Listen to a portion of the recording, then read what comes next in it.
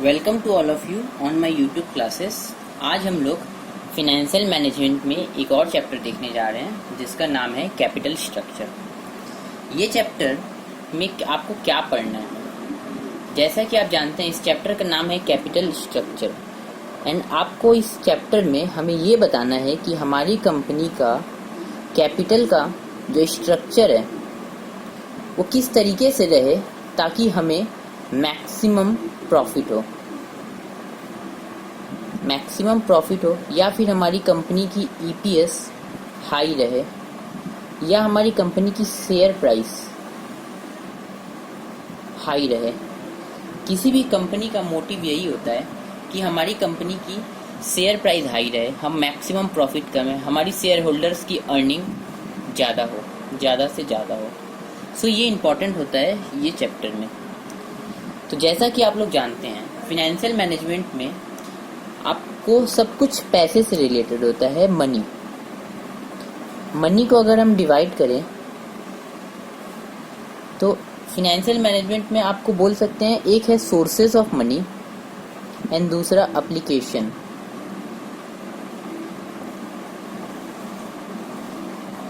Sources क्या होती है? सोर्सेस की मतलब होगी हमारे बिजनेस में पैसा कहाँ से आएगा, हम कहाँ से बिजनेस में पैसा लाएंगे। हो सकता है ये इक्विटी के थ्रू लाए, प्रेफरेंस शेयर होल्डर्स के थ्रू लाए, डिवेंचर्स हम लोगों ने इंट्रोड्यूस किया या फिर हम लोगों ने कहीं से लोन ले लिया। बेसिकली ये सोर्सेस होते हैं, ये हमें बताते हैं कि हमारे बिजनेस में पैसे कहाँ से आ रहे हैं। एंड एप्लीकेशन ये होते हैं हमने कहाँ पे पैसे इन्वेस्ट किए हैं, क्या हम लोगों ने मशीनरी परचेज की है या हम लोगों ने कहीं पे इन्वेस्टमेंट करके रखा है या हम लोगों ने ऑपरेशन में यूज़ कर दिया है पैसा। सो आप लोग को इस चैप्टर में कैपिटल स्ट्रक्चर में आपको बेसिकली इन सब चीज़ों से डील करना है, सोर्सेस से, यानी हमारे बिजनेस में पैसा कहाँ से हम ला रहे हैं या पैसा कहाँ से आ रहा है। सो हमारे जो कैपिटल होता है उसका बहुत ही इम्पॉर्टेंट कंपोनेंट होता है कि हमारा कैपिटल किस चीज़ से बना है। हो सकता है हम लोगों ने सिर्फ बिजनेस में इक्विटी शेयर्स ही रखा हो या फिर हमारे पास प्रेफरेंस शेयर्स भी हो, हमारे पास डिवेंचर्स भी हो। सो हमें बिजनेस में हमारा जो कैपिटल है उसका कॉम्बिनेशन बनाना है, ऐसा कॉम्बिनेशन बनाना है जिससे हमें मैक्सिमम बेनिफिट हो हमारे बिजनेस में। हमें कैपिटल स्ट्रक्चर में यही चीज़ देखना है कि हमारे कैपिटल का स्ट्रक्चर कैसा हो। क्या हमें, अगर सपोज मैं एग्जांपल के थ्रू बताऊं तो हमारे पास 500 रुपीज़ की हमें रिक्वायरमेंट है, कैपिटल चाहिए, तो मेरे पास दो अल्टरनेटिव है। पहला, मैं सिर्फ इक्विटी शेयर होल्डर से 500 रुपीज़ देता हूँ, हमारे बिजनेस में ओनली इक्विटी रहेगी, ये 500 की है। एंड अल्टरनेटिव 2 हमारे पास है, मैं इक्विटी शेयर्स 200 इशू करता हूँ एंड प्रेफरेंस शेयर्स 300 इशू करता हूँ, ये भी 500 हो गई। हमारे ये अल्टरनेटिव 1 है, ये अल्टरनेटिव 2 है। हमें 500 रुपीज़ चाहिए थी, यहाँ भी मुझे 500 मिल रही है, यहाँ भी मुझे 500 मिल रही है, बट हमें कैपिटल स्ट्रक्चर देखूँ तो यहाँ पे 2 अलग अलग कैपिटल स्ट्रक्चर है। पहला स्ट्रक्चर में सिर्फ इक्विटी है एंड सेकेंड स्ट्रक्चर में इक्विटी एंड प्रेफरेंस है। सो हमें इस चैप्टर में यही देखना है कि हम अपने बिजनेस का स्ट्रक्चर किस तरीके से बनाएं ताकि हमें मैक्सिमम प्रॉफिट हो या कंपनी की मैक्सिमम एडवांटेज हो। हम लोग इस चैप्टर में आगे जाएं इससे पहले हम लोग को कुछ इम्पोर्टेंट टर्म या कुछ कॉन्सेप्ट जानना है।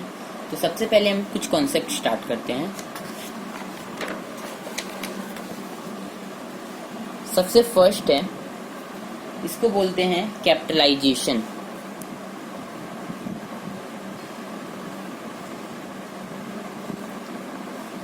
कैपिटलाइजेशन होता क्या है, हमें ये जानना है कि कैपिटलाइजेशन का मतलब क्या होता है। तो अगर मैं इन शॉर्ट में बताऊं कि हम लोगों के पास डिफरेंट सोर्सेस से कैसे कैपिटल आई हुई है, अगर मैं इन शॉर्ट लिखूं कि कैपिटलाइजेशन होता क्या है तो मैं बोलूँगा अमाउंट ऑफ कैपिटल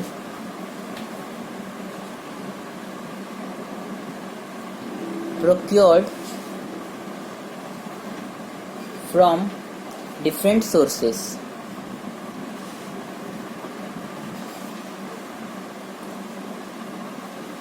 इसका क्या मतलब हुआ?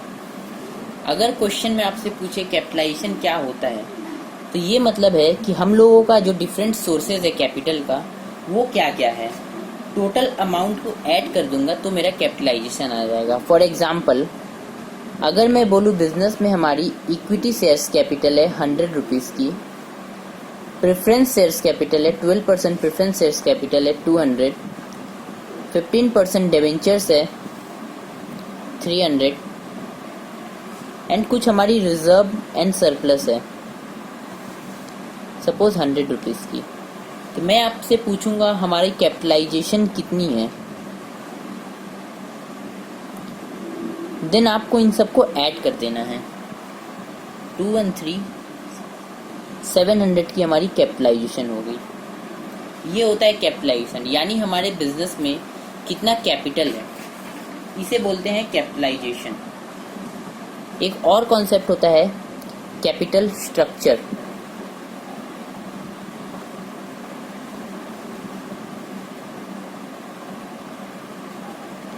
कैपिटल स्ट्रक्चर क्या होता है?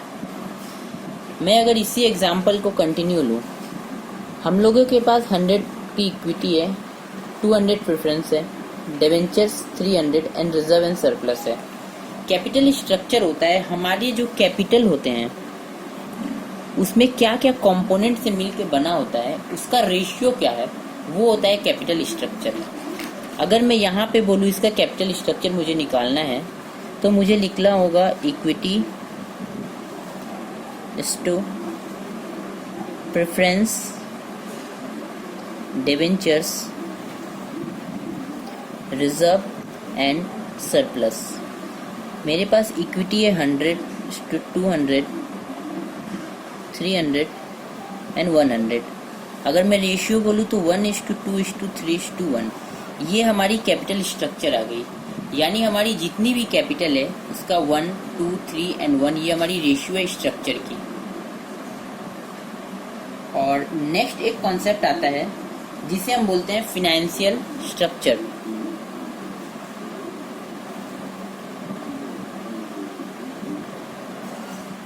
फिनेंशियल स्ट्रक्चर क्या होता है?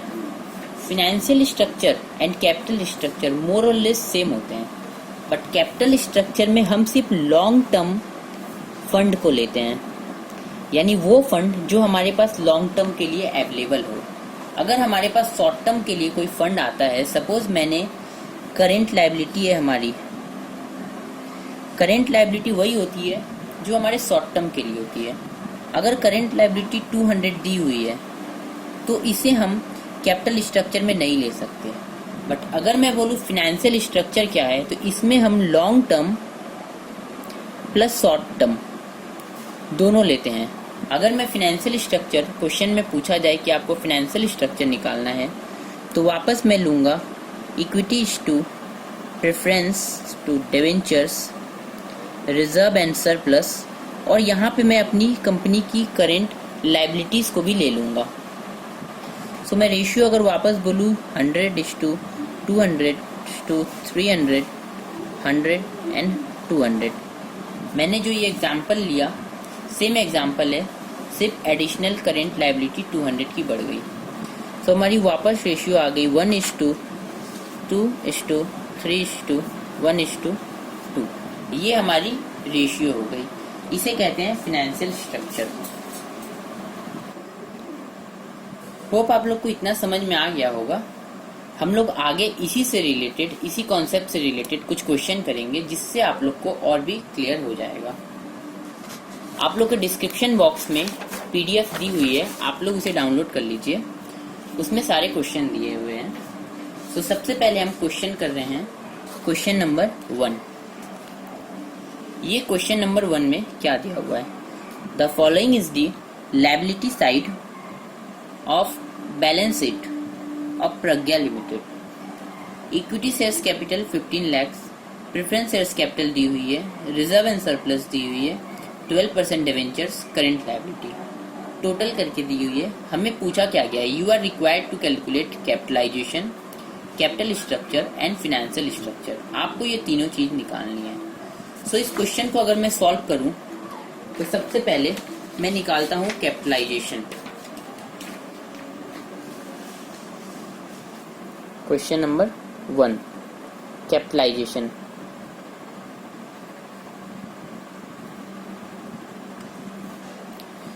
तो आप लोग को पता है कैपिटलाइजेशन होता क्या है। कैपिटलाइजेशन का मतलब है हमारे पास जितनी भी कैपिटल है जो हमारी सोर्सेज है, जैसे यहाँ पे equity, preference, reserve and surplus, debentures, ये सब हमारी कैपिटल है। करेंट लायबिलिटी को मैं यहाँ पे नहीं ले सकता, हमें करेंट लायबिलिटी नहीं लेनी है, हमें सिर्फ वही लेनी है जो हम लोगों ने डिफरेंट सोर्सेज से हमारी कैपिटल बनी है।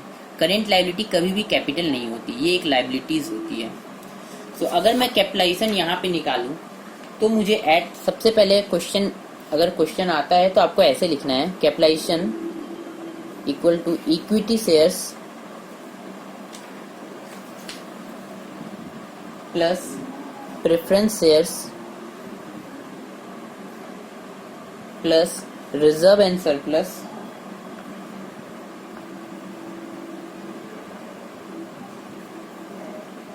Plus debentures. तो यहाँ पे आपकी इक्विटी शेयर्स दी हुई है 15 lakhs, preference shares 12 lakhs, reserve and surplus 9 lakhs and 12% debentures है 3 lakhs। इन सबको मैं टोटल करूंगा, आप टोटल करके देख लीजिए, 15 प्लस 12 प्लस 9 प्लस 3, 39 lakhs। सो हमारे पहले क्वेश्चन जो पूछा गया है कैपिटलाइजेशन, इसका आंसर है 39 lakhs। Second, capital structure. Capital structure पता है आपको सिर्फ लॉन्ग टर्म लेनी है और हमारे बिजनेस में कैपिटल का क्या रेशियो है इसे बताना होता है। तो मैं यहाँ पे लिखूंगा equity shares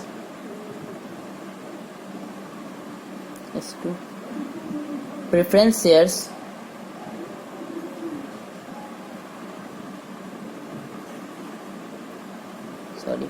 to reserve and surplus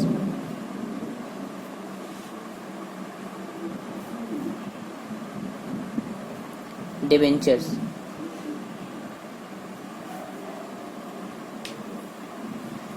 सो हमारी इक्विटी शेयर्स है 15 lakhs, preference shares 12 lakhs, reserve and surplus 9 lakhs and debentures 3 lakhs। तो हमारी जो रेशियो आ जाएगी 15:12:9:3, इसे मैं और छोटा कर सकता हूँ 5:4:3:1। ये हमारी हो गई कैपिटल स्ट्रक्चर। नेक्स्ट है फाइनेंशियल स्ट्रक्चर।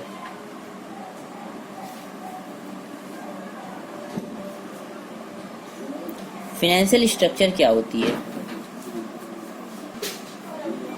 सो जैसा कि आपको पता है कैपिटल स्ट्रक्चर में सिर्फ हम लॉन्ग टर्म लेते हैं एंड फाइनेंशियल स्ट्रक्चर में long term and short term दोनों लेते हैं। सो हमें यहाँ पे लिखनी होगी इक्विटी शेयर्स, प्रेफरेंस शेयर्स,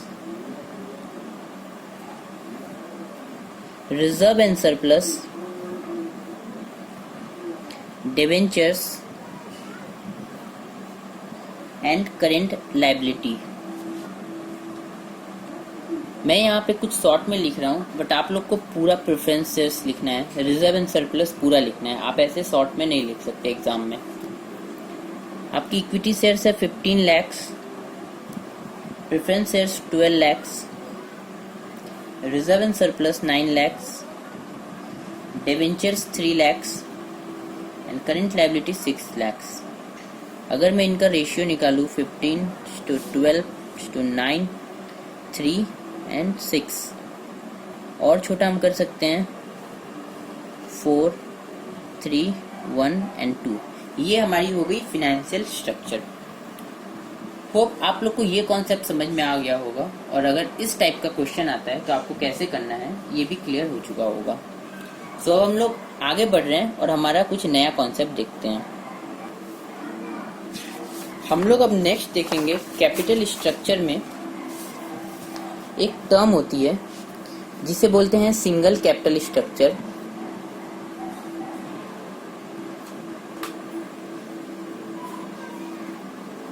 और एक होती है कॉम्प्लेक्स कैपिटल स्ट्रक्चर। ये जो होती क्या है, ऑल्दो आपकी सम सॉल्विंग में इसकी ज़्यादा यूज़ नहीं आती है, बट अगर थ्योरी पर्पज से मैं बोला जाऊँ एग्जाम में बहुत बार शॉर्ट नोट्स लिखने के लिए आ जाती है। सो आप लोग याद रखेंगे single capital structure and complex capital structure में क्या होता है। अगर हमारी जो कंपनी है उसमें सोर्स ऑफ कैपिटल यानी कैपिटल जो आई है सिर्फ एक ही जगह से ली हुई है, अगर क्वेश्चन में आपकी बैलेंस शीट दी हुई है और यहाँ पे सिर्फ आपके पास इक्विटी शेयर्स है, इसके अलावा और कोई भी सोर्स ऑफ फंडिंग नहीं है, आपने सिर्फ इक्विटी शेयर्स से कैपिटल ली है, इसके अलावा कुछ और नहीं है, तो इसे बोलते हैं सिंगल कैपिटल स्ट्रक्चर। जैसा कि आपको नाम से ही पता चल रहा है सिंगल यानी सिर्फ एक ही है।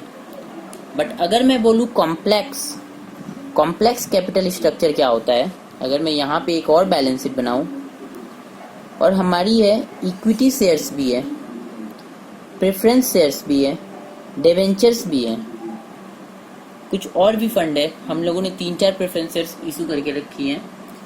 इस केस में क्या हो रहा है, यहाँ पे देखिए सिंगल नहीं है, मल्टीपल है, इक्विटी प्रेफरेंस डिवेंचर बहुत सारी है, इसे बोलते हैं कॉम्प्लेक्स कैपिटल स्ट्रक्चर। सो ये थ्योरी पर्पस के लिए आप लोग इसे याद रख सकते हैं। इस चैप्टर में जो हम लोग क्वेश्चन करेंगे या फिर किसी भी आप बुक्स में निकाल सकते हैं, हमेशा जो क्वेश्चन बनती है वो कॉम्प्लेक्स कैपिटल स्ट्रक्चर पे ही बनती है, क्योंकि कैपिटल स्ट्रक्चर में अगर आपको सिंगल इक्विटी शेयरशिप दी रहेगी तो आप कैपिटल स्ट्रक्चर तो बना ही नहीं पाएंगे। इस वजह से हमें इस टाइप के क्वेश्चन देखने को मिलेंगे। सो अब हम लोग एक क्वेश्चन सॉल्व करने जा रहे हैं, बट उससे पहले हमें 2 चीज़ आनी चाहिए। जैसा कि आप लोग को पता होगा, हम लोग का फाइनेंशियल मैनेजमेंट में एक स्टेटमेंट ऑफ इनकम बनता है, स्टेटमेंट ऑफ इनकम। इसका जो फॉर्मेट होता है सेल्स लेस वेरिएबल कॉस्ट, ये आती है कंट्रीब्यूशन, इसमें हम लेस करेंगे फिक्स कॉस्ट, यहाँ पे आती है EBIT, इसमें लेस करते हैं इंटरेस्ट, तो आती है हमारी प्रॉफिट बिफोर टैक्स, इसमें से लेस करते हैं टैक्स, ये आ जाती है हमारी प्रॉफिट आफ्टर टैक्स, एंड यहाँ से हम लेस करते हैं डिविडेंड जो हम लोगों ने प्रेफरेंस शेयर्स को दी हुई है, प्रेफरेंस डिविडेंड, तो ये आ जाती है हमारी पाफेश, जिसे हम बोलते हैं profit available for equity share holders.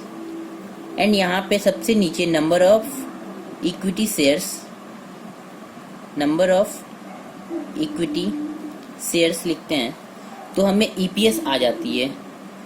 EPS क्या होती है? EPS बेसिकली होती है पाफेश by number of equity shares. EPS का मतलब होता है अर्निंग पर शेयर्स।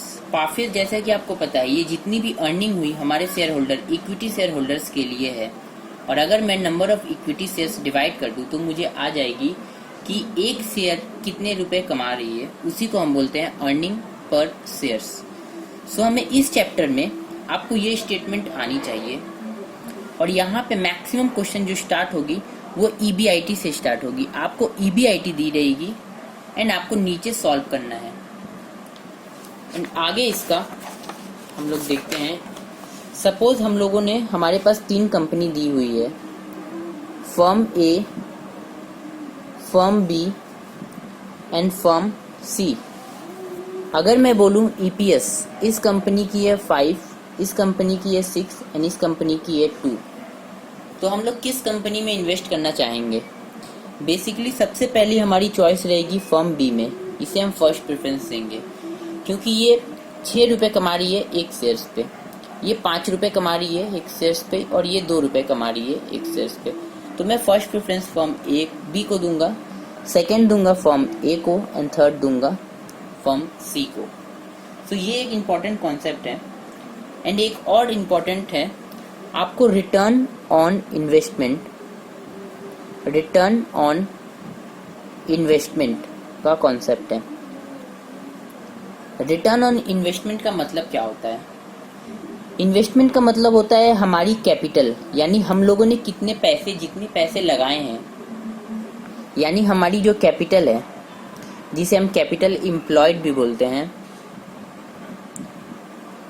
हम लोगों ने। और रिटर्न का मतलब होता है हमारी इनकम, हम लोगों ने जो इनकम कमाई, हमारी कैपिटल एम्प्लॉयड की कितनी % है। सपोज अगर मैं बोलूँ हमारी इनकम है 20 रुपीज़ एंड हमारी कैपिटल है 100 रुपीज़, तो मैं रिटर्न ऑन इन्वेस्टमेंट बोल सकता हूँ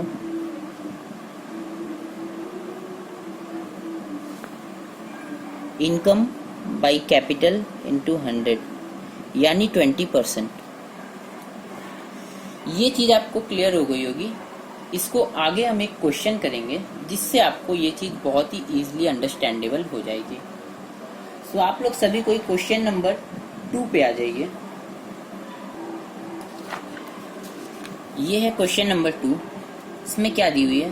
earning before interest and tax of each firm is ₹50,000। EBIT हमें दी हुई है 50,000 हर एक फर्म की, एंड कैपिटल स्ट्रक्चर आपको दी हुई है। फर्म ए सिर्फ इक्विटी शेयर्स कैपिटल है 4 लाख की, फर्म बी में इक्विटी शेयर्स कैपिटल है एंड 10% डिवेंचर्स है, फर्म सी में इक्विटी शेयर्स कैपिटल है एंड 20% डिवेंचर्स है। Applicable tax rate 50%। Comment which company is more profitable.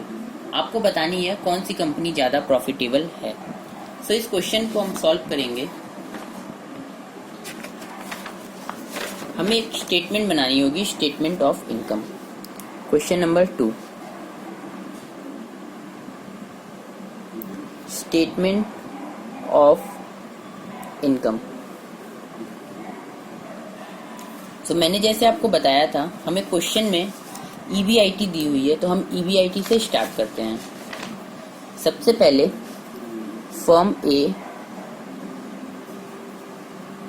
Firm B and firm C, 3 आपको firm दी हुई है। EBIT EBIT 50,000 तीनों कंपनी में सेम है। EBIT में हम लेस करते हैं इंटरेस्ट। फर्म ए में कोई भी डिवेंचर्स फंड नहीं है, इसलिए इंटरेस्ट कुछ नहीं जाएगा। फर्म बी में 1,50,000 की डिवेंचर्स है 10% करके, यानी 15,000 इंटरेस्ट हो गया। एंड फर्म सी में 20% रेट है, यानी 30,000। सो हमें यहाँ पे आ जाएगी profit before tax. Profit before tax कितनी हो गई? ये हो गई 50,000, यहाँ 50,000 माइनस 15,000 35,000, एंड यहाँ पे 20,000। यहाँ तक आपको क्लियर है? नेक्स्ट हम लेस कर देंगे टैक्स एट द रेट 50%, जो कि क्वेश्चन में दी हुई है। 25,000, 35,000 का 50% 17,500, एंड यहाँ 10,000। ये आ गई हमारी प्रॉफिट आफ्टर टैक्स 25,000, 17,500 एंड 10,000। आपको यहाँ पे क्वेश्चन में प्रेफरेंसेस दी नहीं हुई है, तो आपको डिविडेंड लेस करने की ज़रूरत नहीं होगी, यानी ये जो हमारी पैट है यही पाफेश भी हो गई। और अगर मैं नंबर ऑफ इक्विटी शेयर्स बोलूँ, नंबर ऑफ इक्विटी शेयर्स, तो आपको 10 रुपीज़ ईच करके दी हुई है। आप यहाँ पे देख सकते हैं फर्म ए में 4 लाख की इक्विटी शेयर्स कैपिटल है एंड 10 रुपीज है यानी 40,000 इक्विटी शेयर्स। यहाँ पे 2,50,000 10 रुपीज यानी 25,000 इक्विटी शेयर्स एंड ये सेम 25,000 इक्विटी शेयर्स। सो अगर मैं यहाँ पे आपको बोलूँ 40,000 इक्विटी शेयर्स है, 25,000 इक्विटी शेयर्स है एंड 25,000 इक्विटी शेयर्स है। बहुत सारे स्टूडेंट क्या करते हैं, क्वेश्चन देखते हैं और यहीं पे प्रॉफिट आफ्टर टैक्स निकालने के बाद बोल देते हैं सबसे प्रॉफिटेबल कंपनी फर्म ए है, नेक्स्ट प्रॉफिटेबल फर्म बी है and next profitable firm C है। बट आपको यहाँ पे डिसीजन नहीं देना, ये तो ओवरऑल हमने कितनी प्रॉफिट कमाई है वो दिखा रहा है। बट यहाँ पे तो नंबर ऑफ शेयर होल्डर्स ज़्यादा हैं, यहाँ पे कम है। हमें ऑलवेज निकालनी पड़ेगी ईपीएस, अर्निंग पर शेयर। आप चेक कीजिए 25,000 बाई 40,000 यहाँ पे आ रही है 0.625, 17,500 बाई 25 ये आ रही है 0.70 एंड 10,000 बाई 25,000 ये आ रही है 40।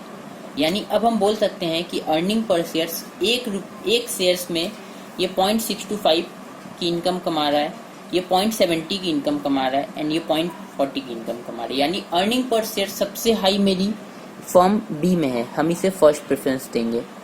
यानी ये हमारी ज़्यादा प्रॉफिटेबल कंपनी हुई।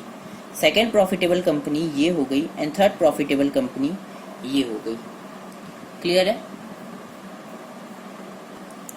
होप आप लोग को ये क्वेश्चन समझ में आ गया होगा। अब हम लोग इसमें आप जहाँ पे भी सॉल्व कर रहे हैं आप थोड़ा सा स्पेस छोड़ दीजिएगा। इसमें एक और कॉन्सेप्ट है जो हम लोग सॉल्व करेंगे, इसी यहाँ पे हम बताएंगे। बट सबसे पहले एक इम्पॉर्टेंट कॉन्सेप्ट आप जान लीजिए जिसे बोलते हैं trading on equity. Trading on equity ये क्या होती है? जैसे कि मैंने आपको बताया था रिटर्न ऑन इन्वेस्टमेंट के बारे में। रिटर्न ऑन इन्वेस्टमेंट इसका मतलब मैंने बताया था कि हमारी जो कैपिटल एम्प्लॉयड है वो हम यूज़ कर रहे हैं और हम कितना इनकम कमा रहे हैं, उसे बोलते हैं रिटर्न ऑन इन्वेस्टमेंट। मैं आपको एक एग्जांपल के थ्रू इसको समझाता हूँ ट्रेडिंग ऑन इक्विटी होती क्या है। सपोज मिस्टर ए है, ये इसके पास 100 रुपीज़ है और इस 100 रुपीज़ को अपने बिजनेस में लगाता है और ये 15% की रिटर्न कमाता है, 15% की रिटर्न कमा रहा है। यहाँ तक क्लियर है? ये 100 रुपीज़ इसके पास कैपिटल है और 15% रिटर्न कमा रहा है। एक और इसके पास पर्सन आए मिस्टर बी, इन्होंने कहा कि मेरे पास 100 रुपीज़ एक्स्ट्रा है, आप एक काम कीजिए, मेरे इस जो 100 रुपीज़ है इसे आप ले लीजिए और मुझे 12% लोन पे आप पेमेंट कर दीजिए। यानी ये बोलना चाह रहा है कि आप 100 रुपीज़ ले लीजिए और इसके बदले मुझे इंटरेस्ट 12% यानी 12 रुपीज़ आप इंटरेस्ट दीजिए। तो क्या मिस्टर ए को इसका जो ऑफ़र है वो एक्सेप्ट करना चाहिए या नहीं करना चाहिए, इस चीज़ को हम समझते हैं। सपोज अगर मैं यहाँ पे पहले ओल्ड बताता हूँ and new. Old mister A के पास कैपिटल कितनी थी? 100 की। बट अगर वो ये भी 100 एक्सेप्ट कर लेता है तो उसके पास कैपिटल हो जाएगी खुद का 100 एंड इसका 100, 200। ये हमारी कैपिटल हो गई।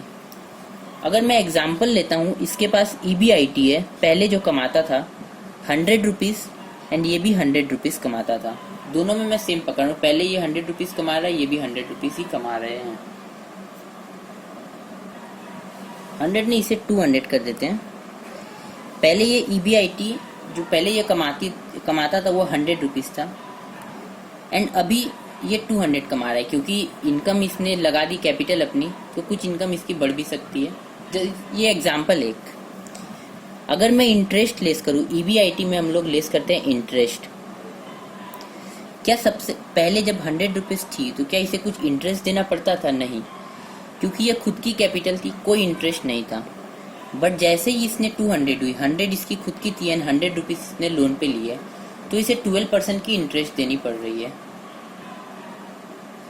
तो अगर मैं यहाँ पे बोलूँ, सबसे इम्पॉर्टेंट चीज़ ये देखिए, हमारी जो स्टेटमेंट बनेगी उसमें इंटरेस्ट का फिगर आ रहा है, यहाँ पे 0 रुपीज़ है, कुछ इंटरेस्ट नहीं देना पड़ रहा है, और यहाँ पे 12 रुपीज़ की इंटरेस्ट देनी पड़ रही है। सो आप लोग को ये चीज़ इंपॉर्टेंट रखना है कि हमारी इंटरेस्ट यहाँ पे आ जाए। सबसे पहला कॉन्सेप्ट, अगर मैं कॉन्सेप्ट यहाँ पे आपकी जो ट्रेडिंग ऑन इक्विटी है उसमें पहली कॉन्सेप्ट आपकी ये बनती है कि जब तक हम खुद की पैसे लगा रहे थे हमें कोई इंटरेस्ट नहीं देनी पड़ रही थी, बट अगर हम किसी और की पैसे को यूज़ करेंगे तो हमें इंटरेस्ट देनी पड़ेगी। आपको ये क्लियर हो गया होगा।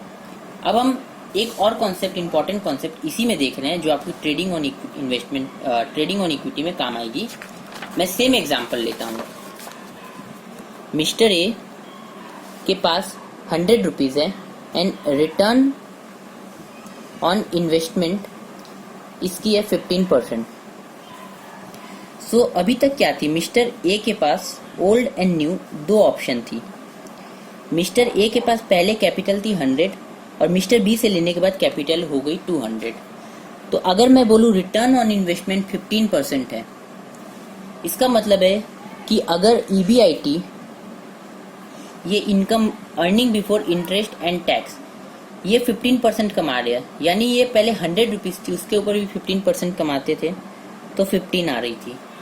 एंड नेक्स्ट अगर ये देखे 200 रुपीज़ है, क्योंकि 100 रुपीज़ मिस्टर बी की भी ली हुई है, तो यहाँ 15%, ये सेम 200 पे 15% कमाएंगे तो ये हो जाएगी 30 रुपीज़। मैं इस पे इंटरेस्ट लेस कर रहा हूँ, जैसा कि आप लोगों ने पहले अभी मैंने समझाया है। यहाँ पे कोई इंटरेस्ट नहीं होगा एंड यहाँ पे आपको 12% इंटरेस्ट देना है, क्योंकि आप लोगों ने 100 रुपीज़ मिस्टर बी से ली है जिसके ऊपर 12% इंटरेस्ट लग रहा है। तो यहाँ पे आपको सिर्फ 100 रुपीज़ पे 12% देना पड़ेगा, न कि 200 रुपीज़ पे। तो 100 रुपीज़ पे 12%, 12 रुपीज़। आपकी प्रॉफिट बिफोर टैक्स आ गई 15 एंड 30 माइनस 12, 18 रुपीज़। ये हो गई प्रॉफिट बिफोर टैक्स। अगर इसमें मैं लेस करूँ टैक्स, सपोज टैक्स 50% दी हुई है, 7.5 एंड 9, देन हमारी प्रॉफिट आफ्टर टैक्स आ गई 7.5 एंड 9। एंड यहाँ पे नंबर ऑफ इक्विटी कितनी दी हुई है, नंबर ऑफ इक्विटी अगर मैं 10 रुपीज़ करके मारूँ तो यहाँ पे 10 एंड यहाँ पे भी 10, क्योंकि यहाँ पे हमारे पास खुद की पैसी है 100 रुपीज़, और यहाँ पे 200 में ये जो 100 है ये हम लोगों ने, हमारी खुद की इक्विटी है, बाकी 100 है ये लोन पे ली हुई है। तो यानी यहाँ पे हमारी net equity, number of equity हो गई ये 10, ये 10। अगर मैं EPS बोलूँ तो EPS हमारी आ जाएगी 7.5 बाई 10, 0.75 एंड 0.90। अब जो आपको इम्पोर्टेंट कॉन्सेप्ट समझना है कि हमारी कंपनी इसमें ज़्यादा प्रॉफिट क्यों कमा रही है, इसमें कम कमा रही है जबकि इसमें ज़्यादा कमा रही है। इसका रीज़न क्या है? इसका रीज़न है जो मैंने क्वेश्चन में पहले ही लिखा था, हमारी रिटर्न ऑन इन्वेस्टमेंट कितनी है, 15%। एंड हम लोगों ने जो लोन लिया है उसके ऊपर इंटरेस्ट है 12%, यानी हम कमा रहे हैं 15% और हम दे रहे हैं 12%, यानी यहाँ पे हमारी 3% सरप्लस मैं कमा रहा हूँ। मैं किसी भी चीज़ पे 15 रुपये इनकम कमा रहा हूँ और 12 रुपये उसके ऊपर खर्च कर रहा हूँ, तो मुझे 3 रुपये की प्रॉफिट हो रही है। इस क्वेश्चन में हम लोगों का जो इंटरेस्ट है वो 12% की है और रिटर्न ऑन इन्वेस्टमेंट 15% की है, इस वजह से प्रॉफिट आ रहा है। अगर इस क्वेश्चन में मिस्टर बी बोलता कि मैं 12% नहीं 20% पे तुम्हें दूंगा, तो हमारी क्वेश्चन में जो ओल्ड ऑप्शन है वो ज़्यादा बेटर रहती, न कि ऑप्शन नंबर 2, क्योंकि हम कमा रहे हैं 15% और हमें देना पड़ेगा 20%। ये हमारे लिए बेनिफिट ऑप्शन नहीं है। हमारे लिए बेनिफिट ऑप्शन तभी है जितना हम कमा रहे हैं उससे कम देना पड़े, लेस देना पड़े, या इक्वल रहे, तो न हमें प्रॉफिट होगा न लॉस होगा। आज के लिए हम लोग इतना ही। आप लोग के पास होमवर्क रहेगा। Question number 2, and question number 3, आप लोग इस 2 क्वेश्चन को ट्राई कीजिएगा और इस क्वेश्चन का सॉल्यूशन हम नेक्स्ट क्लास में देखेंगे और आगे जितना भी बचा हुआ कॉन्सेप्ट है उसे कंप्लीट करेंगे। आज के लिए इतना ही। Thanks to all of you for listening me. Bye bye, take care.